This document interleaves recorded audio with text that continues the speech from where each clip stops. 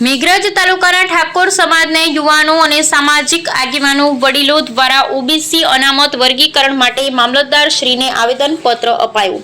OBC અનામત વર્ગીકરણ શું છે? આપણે ઠાકોર ઓબીસીમાં આવીએ છીએ, એવી જ રીતે અન્ય ઘણી બધી જાતિ અને સમાજના લોકો પણ ઓબીસીમાં સામેલ છે। ઓબીસીમાં આવતા દરેક સમાજના 27% અનામત મળેલ છે।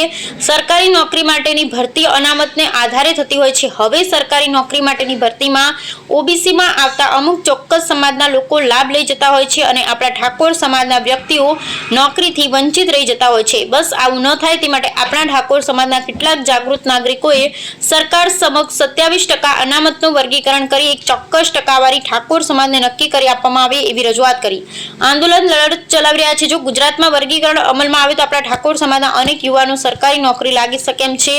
આંદોલન છેલ્લા 6 મહિનાથી પણ વધુ સમયથી મુખ્યત્વે ગાંધીનગર સ્થિત તારકભાઈ ઠાકોરના નેતૃત્વમાં ચલાવી રહ્યા છે। દેશના મુખ્યત્વે રાજ્યોમાં વર્ગીકરણ લાગુ કરવામાં આવ્યું છે અને ગુજરાતમાં પણ સત્વરે વર્ગીકરણમાં આવે તેવી ખાસ રજૂઆત સાથે મેઘરજ તાલુકા નક્ષત્રીય ઠાકોર સમાજના સંગઠિત સામાજિક આગેવાનો જાગૃત યુવાનો દ્વારા ગુજરાત અનામત ઓબીસી વર્ગીકરણ અનુસંધાને મેઘરજ ખાતે મામલતદાર શ્રીને મોટી સંખ્યામાં આવેદનપત્ર સોંપવામાં આવ્યું। Bureau report Kadad Amreli.